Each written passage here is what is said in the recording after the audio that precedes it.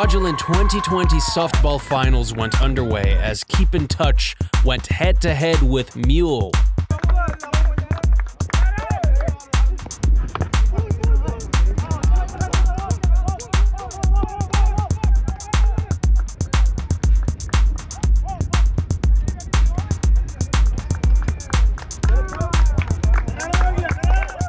Players kept the score tight as the innings wrapped up.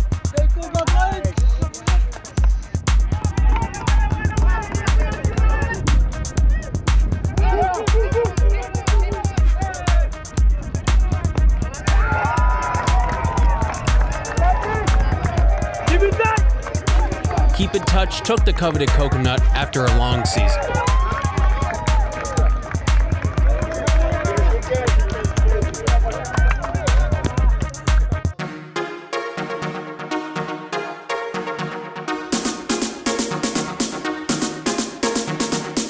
The Spartans were also a part of the action as they took on OFU.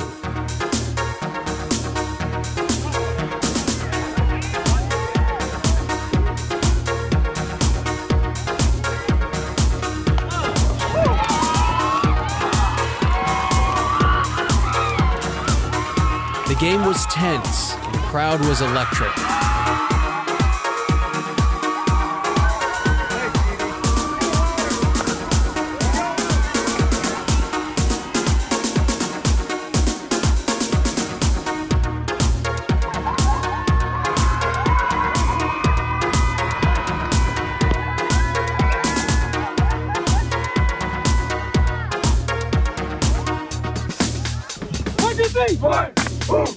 As the last inning came close, players and fans were at the edge of their seats, anticipating who would bring home the coconuts.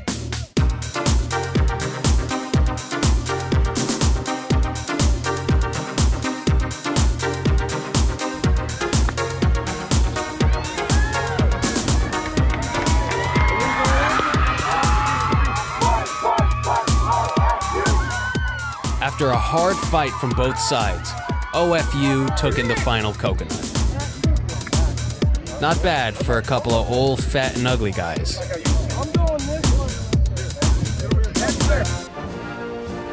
Kwajalein residents gathered May 21st for USACA's 2020 Memorial Day ceremony at the Island Memorial Chapel.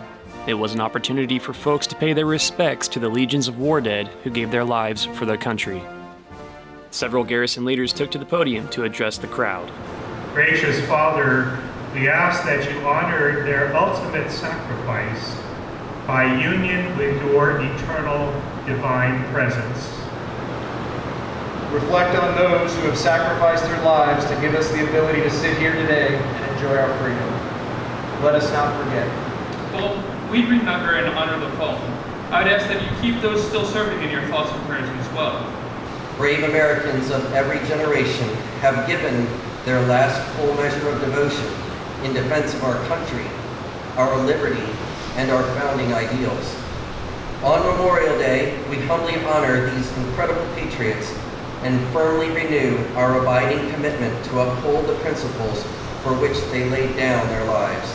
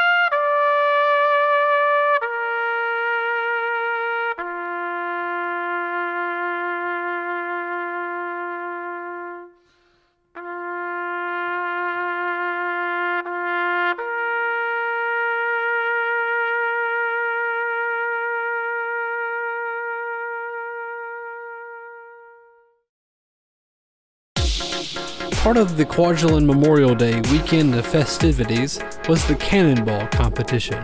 So of course, when I heard Cannonball, I thought slow-mo. After the rules explained and an example from Cliff, The competition was on.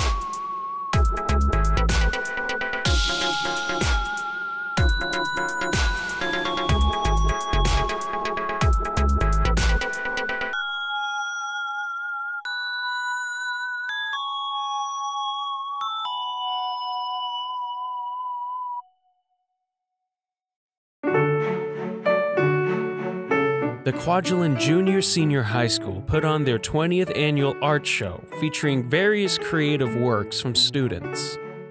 The show takes place in the elementary school, and anyone and everyone is welcome to attend. Welcome to the 20th Junior Senior High School Art Show. Our theme this year is If.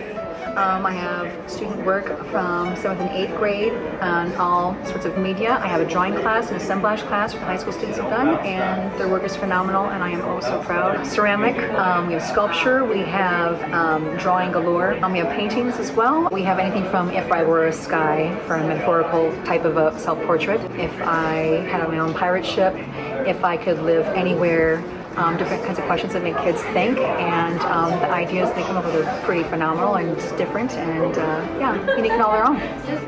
In addition to art for the sake of art, creative works that served a practical use were also displayed. Dr. Doug Hepler, the industrial art and history teacher at the high school, exhibited the handiwork of his students with a pop-up wall of handmade knives. We use American-made plain carbon steel. There's no stainless here. So the students will trace out the pattern, then they'll cut the rough shape of the knife, grind the outside profile, they'll hold it against the grinder to grind the angle, then they'll drill the holes for the cutlery rivets, they'll stamp in any logos, then they go to our electric oven and they're heat treated. They will bring them up to 1500 degrees for about half an hour, and then they quench them in olive oil. Then they clean them up and they take them home and they temper them in their ovens at home, 400 degrees for an hour, and they bring them back to the shop. They clean them up, and depending on how much effort they put in, they can actually get a mirror finish, obtain a mirror finish on plain carbon steel. And then they make the handles. And the very last step is to sharpen them. And they do hold an edge really well. So I'm very proud of the students. They've done some good work. There is something satisfying about creating a work of art with your hands. A pastime that isn't going anywhere anytime soon. At least, not for the students at Kwajalein Junior Senior High School. It helps to keep kids busy in a healthy way, and it's an important part of growing up, I believe, as well. Just life can be difficult, even in a small little island, and it's an excellent release for the students to say what they want to say and express themselves in an appropriate way. And yeah, they really enjoy it. They're very happy here in our art home, so I'm happy with them.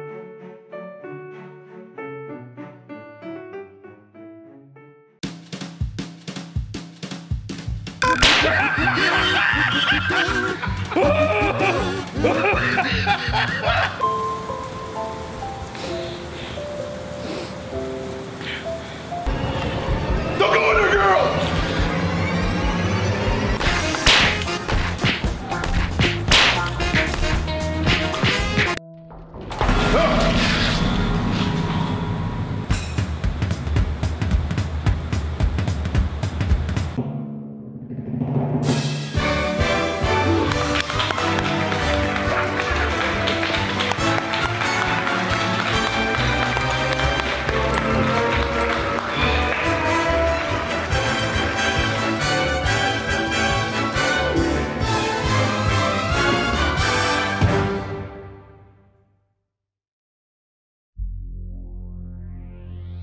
World War II Operation Flintlock, the invasion of Kwajalein Atoll, Enewetak, and Majuro Atolls would be the second attempt that an American force was thrown against the fortified islands.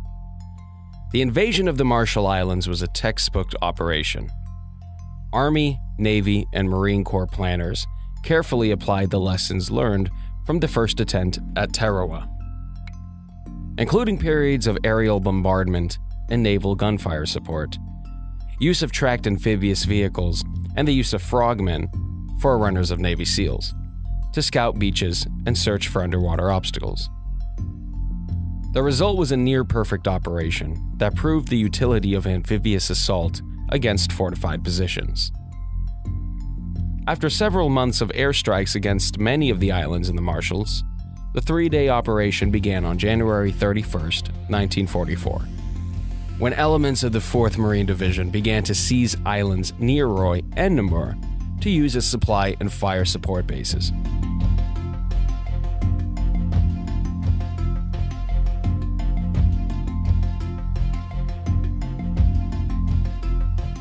This building was potentially used as a Japanese command post for air operations from the runway on Roy. The long cylindrical structure adjacent to the terminal building is an air raid shelter. The Japanese military complex on Roy and Namur was more than an airfield. It was also an important base of operations for Japanese submarines. At stop number 8, looking south toward the lagoon, you can see Green Beach 1, where the 3rd Battalion, 24th Marines landed at 12 p.m. on February 1st, 1944. Located to the left of the Yokohama Pier is Green Beach 2, where Marines landed at 11:45 a.m. In 1944, a series of Japanese defenses consisting of rifle pits, communication trenches, and anti-tank ditches stretched all the way to Yokohama Pier. The small concrete pillbox at this location once housed a 13mm heavy machine gun. This gun proved especially troublesome to the Marines until it was reduced by naval gunfire. The complex that stands at stop number 9 are the remains of the oxygen generating plant, water storage tank, fuel storage building, and the main power plant. The area south of this complex was the Japanese containment area that included an administrative building, a hospital, and barracks for the Japanese military personnel.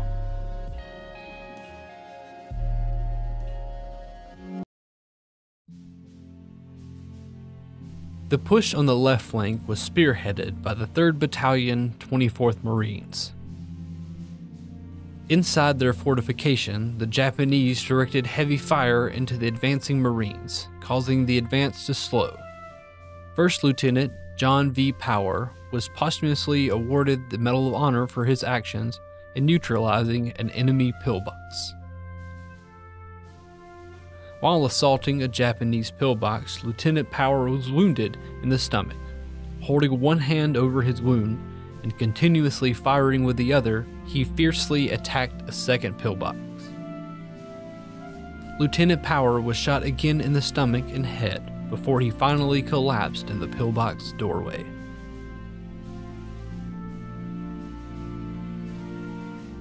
By nightfall, the Japanese had managed to regroup and launch an uncoordinated but vicious counterattack against the dug-in Marines.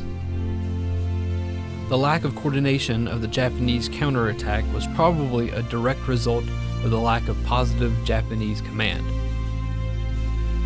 The Japanese island commander, Michiyuki Yamada, had been killed in an air raid on January 28th. The remainder of the Japanese senior command reputedly killed during the bombing of the Japanese administrative building, just before the Americans began landing on the beaches of Roy and Namur.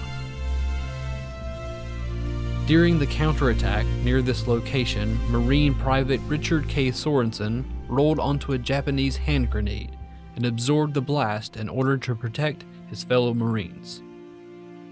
Private Sorensen, who received the Medal of Honor, survived the ordeal and was a guest of the U.S. Army at the 50th anniversary of the invasion of Roy and Namur in 1994.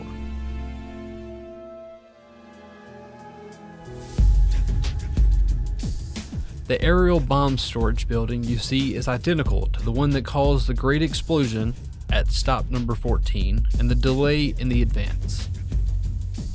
Notice the marks from the small arms fire and the heavy projectile penetration of the building. Upon the double door, look for the holes burned through the iron doors, most likely by high explosive anti-tank rockets fired from a 2.36-inch bazooka. This concludes part 2 of the Roy Namur Historic Landmark Battlefield Tour. Tune in next episode for part 3.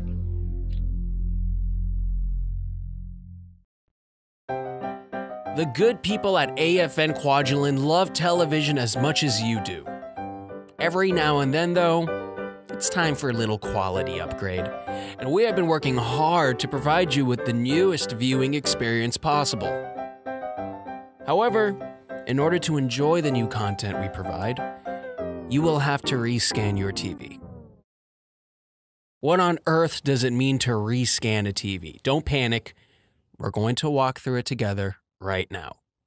I'll give you a few seconds to pull out a notepad.